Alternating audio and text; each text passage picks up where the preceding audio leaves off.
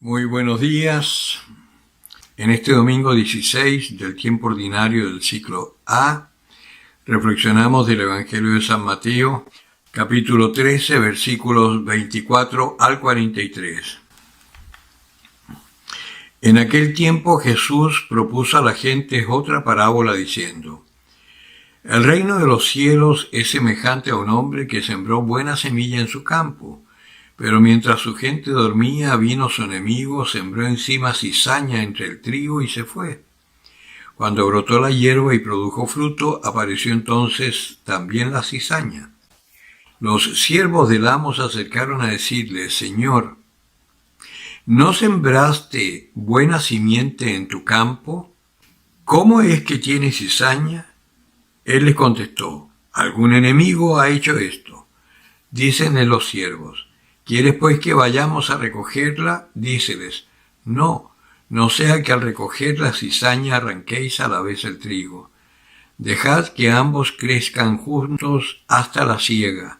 Y al tiempo de la siega diré a los segadores: Recoged primero la cizaña y atadla en gavillas para quemarla, y el trigo recogedlo en mi granero.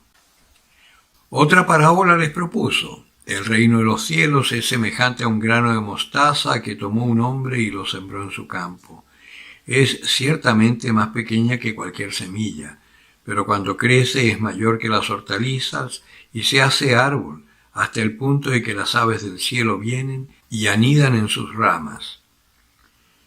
Les dijo otra parábola: El reino de los cielos es semejante a la levadura que tomó una mujer y la metió en 3 medidas de harina hasta que fermentó todo.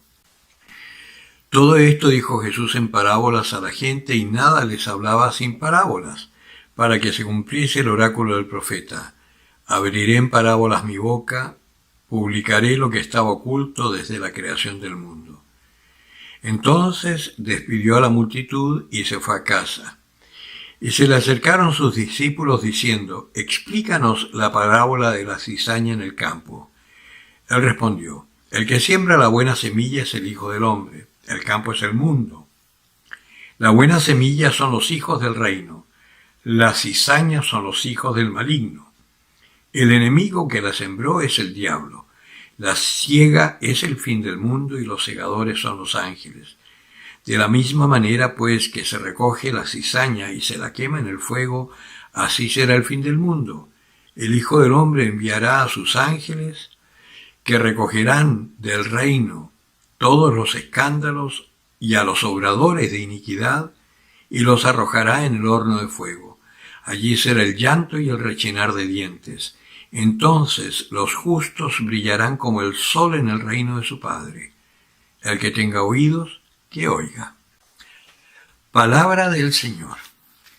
Este evangelio es uno de los que más me alegró cuando entré a la iglesia y lo escuché por primera vez, porque me dio respuesta a una inquietud que tenía y que muchas veces hoy la escucho de labios de gente que por X motivos está alejada de la iglesia, habiendo sido cristianos, siendo bautizados.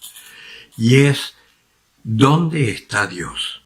¿Por qué permite las guerras, el hambre, la explotación de los niños? ¿Por qué permite la pobreza? En la primera parábola, que en realidad las tres hablan de lo mismo, pero en la primera queda como un poco más claro: Dios creó para el hombre este mundo maravilloso y nos puso para que lo cultiváramos, lo hiciéramos florecer, henchid la tierra para que además nosotros creciéramos y estuviésemos preparándonos para la etapa siguiente, la vida eterna. La Escritura dice que el demonio celoso, este ángel de luz bellísimo, espíritu puro, en plenitud de conciencia, se rebela contra Dios porque tiene celos del destino del hombre, que llegará a ser más que él. Entonces, este jardín maravilloso que Dios creó para que el hombre creciera, se contamina con el mal de estos espíritus rebeldes, que viene a ser la explicación del maligno, del enemigo que siembra la cizaña en el campo. Y es así como aparece el mal en el mundo, que no es producto de una creación de Dios, sino que es producto de la criatura. Porque donde siembra el mal, este espíritu que nos engaña, es en el corazón. Y por eso vivimos, como dice San Pablo, sin comprender nuestro proceder. Queremos el bien, pero es el mal el que se aparece.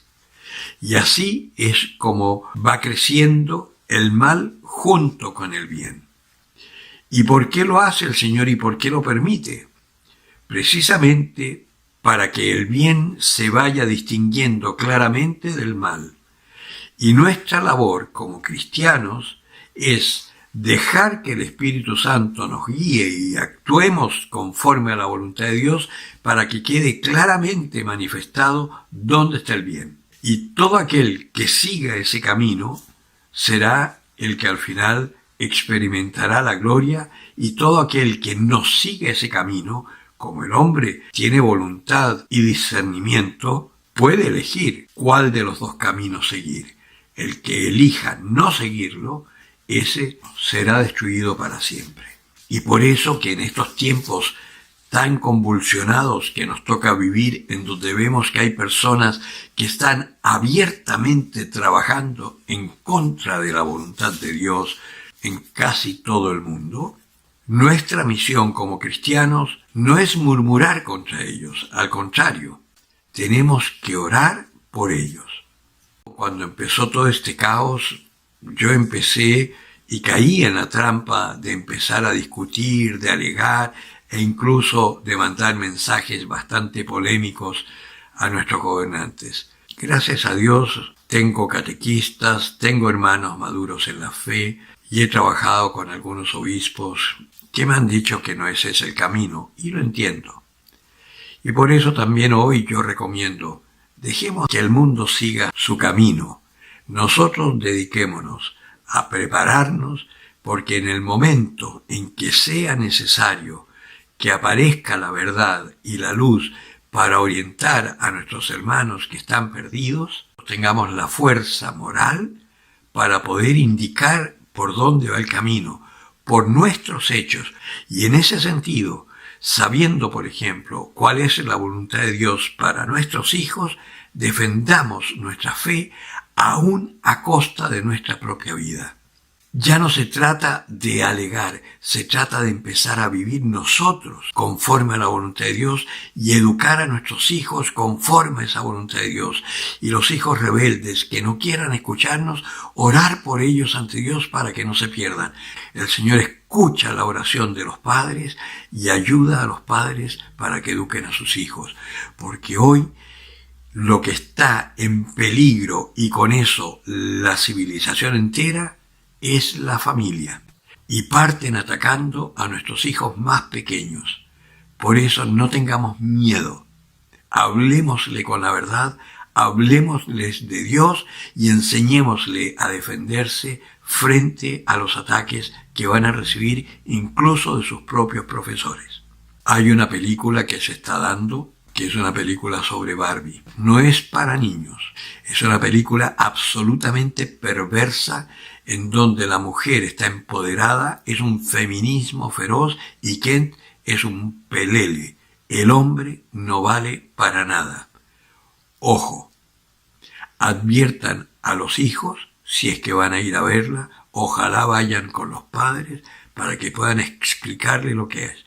Y se contrapone precisamente a Sonido de Libertad, que aunque es una propaganda solapada hacia las Naciones Unidas, también es una tremenda denuncia del abuso que estas élites hacen de los niños, toda la pedofilia que está en estos momentos exacerbada en el mundo. Estamos viviendo tiempos realmente apocalípticos, donde el mal se impone por sobre el bien, pero está profetizado. Y también está profetizado lo que nosotros tenemos que hacer. Mantengámonos firmes en nuestra fe, eduquemos a nuestros hijos, advirtámosle, no tengamos miedo, hablemos libremente de sexo con ellos, pero del verdadero sentido de nuestra sexualidad. A estas alturas no podemos tener escrúpulos, ya no hay temas tabú, porque lo que nosotros no hablemos en casa, lo hablarán en las escuelas y entre ellos a través de las redes sociales y los pervertirán. Ya llegará el día en que la cizaña se separe del trigo. Ojalá nosotros estemos dentro de las gavillas de trigo que van para la vida eterna. Tenemos que ser esa levadura, no la de los fariseos, sino que la buena levadura que pueda darle fuerza a la masa para que alabe al Señor y el hombre se salve. El que tenga oídos para oír, que oiga.